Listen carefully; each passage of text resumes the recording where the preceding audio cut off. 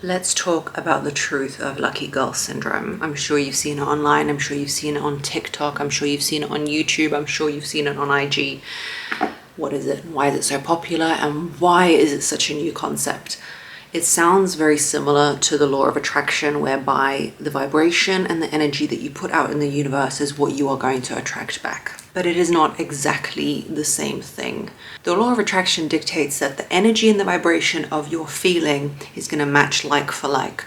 Whilst the lucky girl syndrome, and I think the key and pivotal part of the concept is the word syndrome. When I first heard about it, it struck me as a little bit odd, but the more I thought about it and the more I decoded it for myself, the more I understood the actual reasons for the wording. I suppose to have a syndrome is something that you cannot avoid and something that is in your life, whether you like it or not, like something chronic. And syndrome is also denoting of the fact that perhaps it's something that you just have to live with. Luck and it being in your life as a syndrome is a pretty good thing to live with. It's not a negative as at all. But the wording of syndrome and luck in one shows you the mindset that you have to have in order to go along with this idea.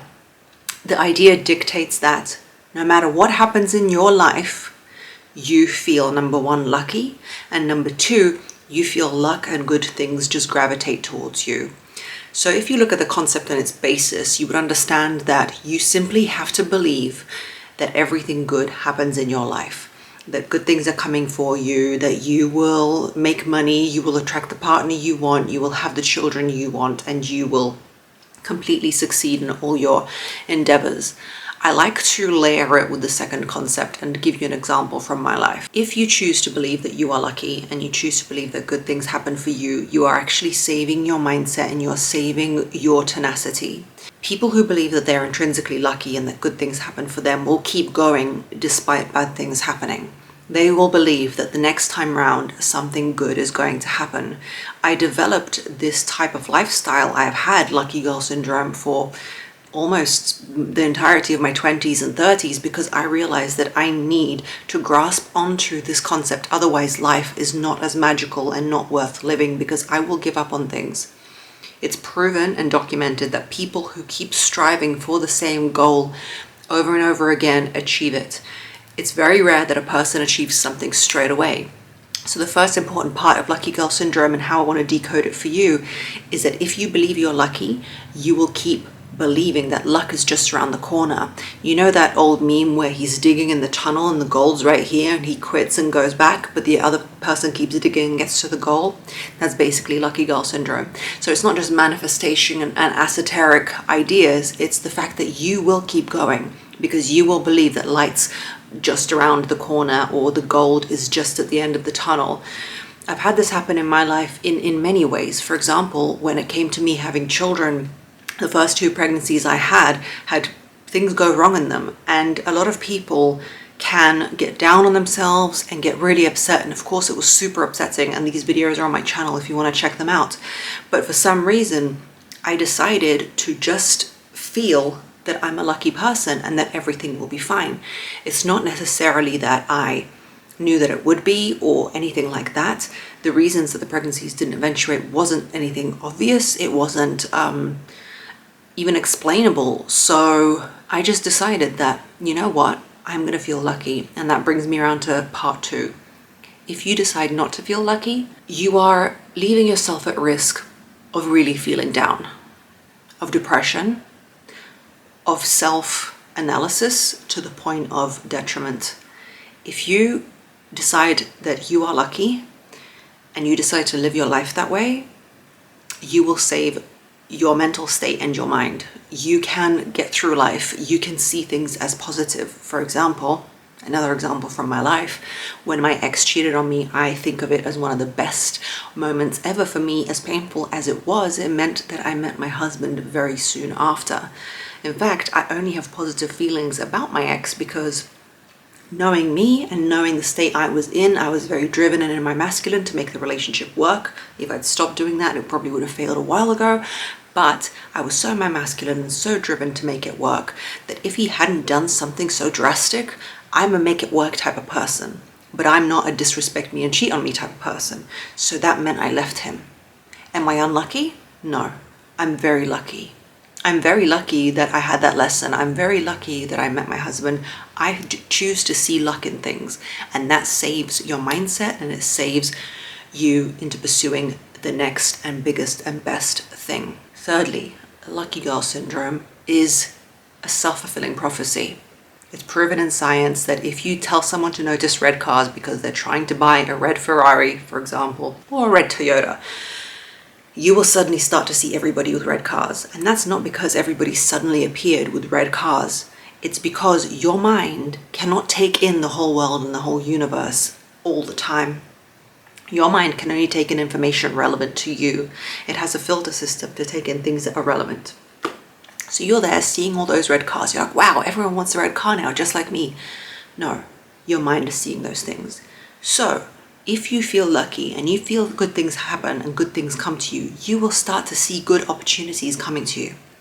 You will start to see ways, variables, open doors, and ways that you can get towards your goals, as opposed to the self-affirming prophecy of bad things happen to me and then you will see the bad. You need to train your brain to answer questions. This is one of the best things I ever learned to do.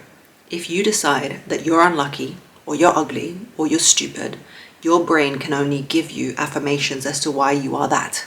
Your brain is trained to prove you right, because that's an evolutionary system. So if you say, I'm ugly, I'm stupid, and I'm unlucky, your brain's going to find an answer as to why. Oh yeah, I remember that time I tripped over the curb. Yep, I remember when I got called ugly. And yep, I remember when I couldn't do that math equation. It's going to give you evidence to prove yourself right, because that's what the brain loves to do. That's the brain's comfort.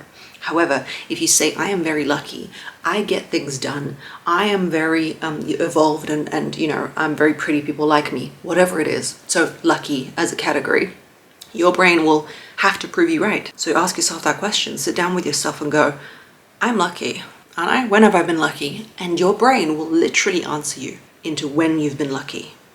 So that's the third reason, the self-fulfilling prophecy. If you choose to believe you're lucky, if you choose to believe that everything good happens to you and people love you, you will start to see those things happen in life. Fourthly, lucky girl syndrome will make the world react to you differently. We all know about pretty privilege, but have you ever heard of this idea where people respond to you how you see the world? A child, before they understand that people can be grumpy and angry, don't really put that on people. There was a book, I cannot remember which one, but where they prove this to be right, where there's a man in the airport, he's grumpy, he's reading the newspaper. And everybody sees him as grumpy because we've got that experience. And a little girl comes up to him and she pulls down the newspaper and she makes a funny face and he pulls it back up. But instead of her believing that's an insult, that he just pulled the paper straight back up over his face, she sees that as him playing peekaboo with her, because her self-fulfilling prophecy and her idea is that she's a cute, happy kid because she's had quite a good upbringing where everyone just plays peekaboo with her. So she pulls his paper down again. This makes the man laugh. Now, she had a 50-50 chance of him being super grumpy, walking away and breaking the illusion for her. But the fact that she kept going and decided that this world loves her and this man is going to think she's super cute and funny, she got that response from him. So same with you as an adult. If you just choose, despite any other evidence, to think that you're adorable, lovable, and all those things, and decide to suffer the consequences if you're proven otherwise, you'll be proven to be right more than you are to be wrong. You'll be proven that people actually respond well to you. You'll be proven that people want to be your friend. You'll be proven that if you turn up at the party, people actually would love to see you there. There's all these moments where you are missing out on because you believe you're not lovable and you're not lucky and you are not lovely. The fifth thing, if you are here on my channel because you are interested in feminine energy and masculine energy, if you're a woman and you are in your feminine energy, fantastic. And that's a lot of allowing, a lot of receiving, and a lot of flowing. And I guess the word luck denotes that kind of luck and femininity and buoyancy in life, that everything will just come to you, that naturally you can receive from the universe. But if you're in your masculine and you're pushing and you're striving and things aren't happening, I was there, I used to be right there, right? There's a lot of time where because of that behavior, you can build resentment towards life. If you're doing everything in your household, if you're doing everything at home, if nobody's doing anything for you, you are slaving away, you are building resentment, you are not getting things done for, you are providing for everybody else energetically. You can then become super resentful, and people will not be attracted to you. Life opportunities will not be attracted to you. So almost lucky girl syndrome can be thought of as stepping into your feminine and allowing life to flow. I only experienced success in my business and in my life when I completely stepped back from pushing into something and decided to put out what I'm interested in and let the energy flow towards me. I think we're on number 6. If you believe you're lucky, you're more likely to go for amazing men, amazing things, amazing opportunities, go to amazing parties, buy that beautiful dress, and why not? The most exciting and best thing that I've ever experienced in my life is pretending I'm the main character of the movie that is my life. It's literally my obsession, like the potentiality of growing from who I was to where I want to be, like who am I going to be in my 30s, 40s, 50s, 60s, 70s even.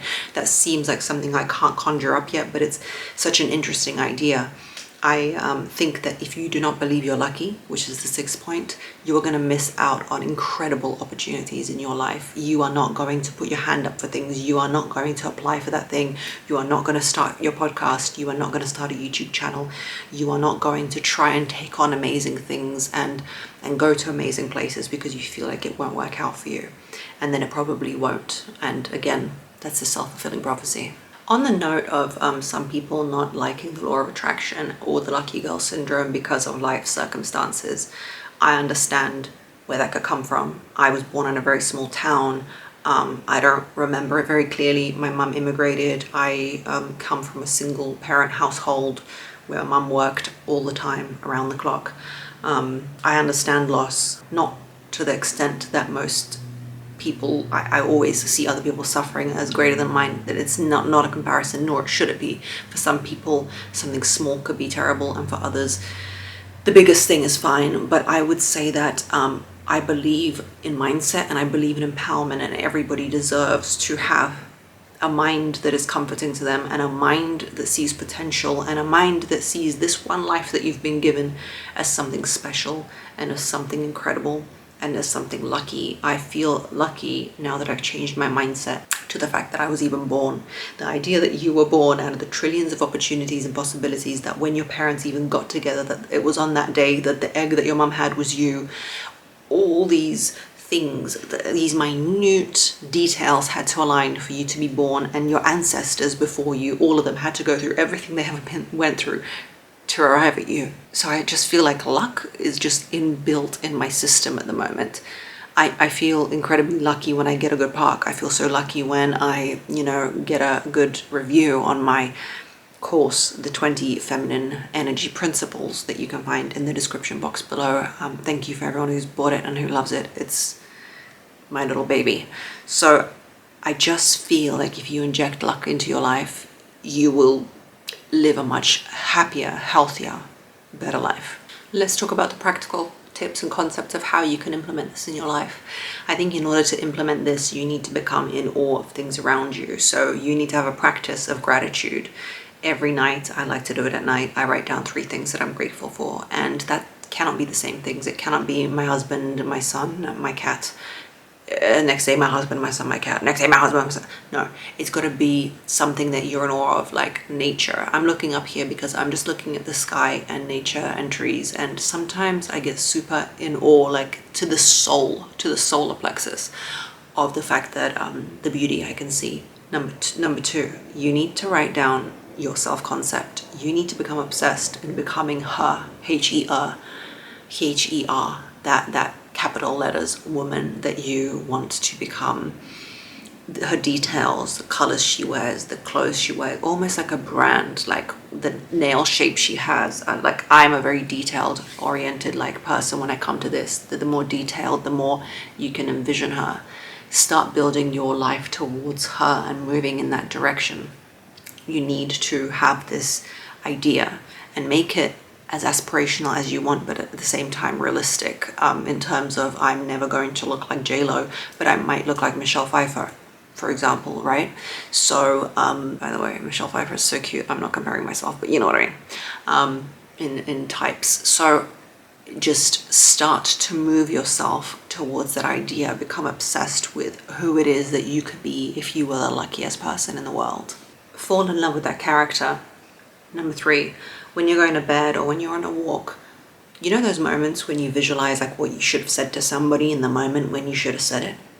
Instead of visualizing those things, because remember how colorful they are when like somebody insults you at the store and you're like, I should have said, well, if you're going to wear red shoes, then you should, you know, all that garbage. Instead of putting that emotion into something like that, visualize your future and who it is you want to be and how people respond to you with the same amount of emotion that you visualize your bad things that you're scared of. Only with emotion behind it and only with feeling attached to it are you going to move towards that vibration. Really. Imagine the amazing things that could happen. Start scripting your life. What could happen? Who could happen? Who do you have to be to get that? All those things. Have it in the top of your mind. Always thinking about it. So I just wanted to kind of break down the lucky girl syndrome for you from my own lens. I love talking to you. I think it's useful and I think it's vital. And I think the best takeaway from the lucky girl syndrome is the self-fulfilling prophecy and the fact that it can really save you. It can save your life because bad things can happen and they will happen and they happen to everybody. And sometimes you see the people who you perceive to be the luckiest and the most successful have had the hardest lives, but they just didn't see that happen almost. They didn't almost feel it into the universe and they gravitated better things. I hope you have a good day. I hope the best things for you and I hope this video helped. Love you lots like jelly tots. Bye.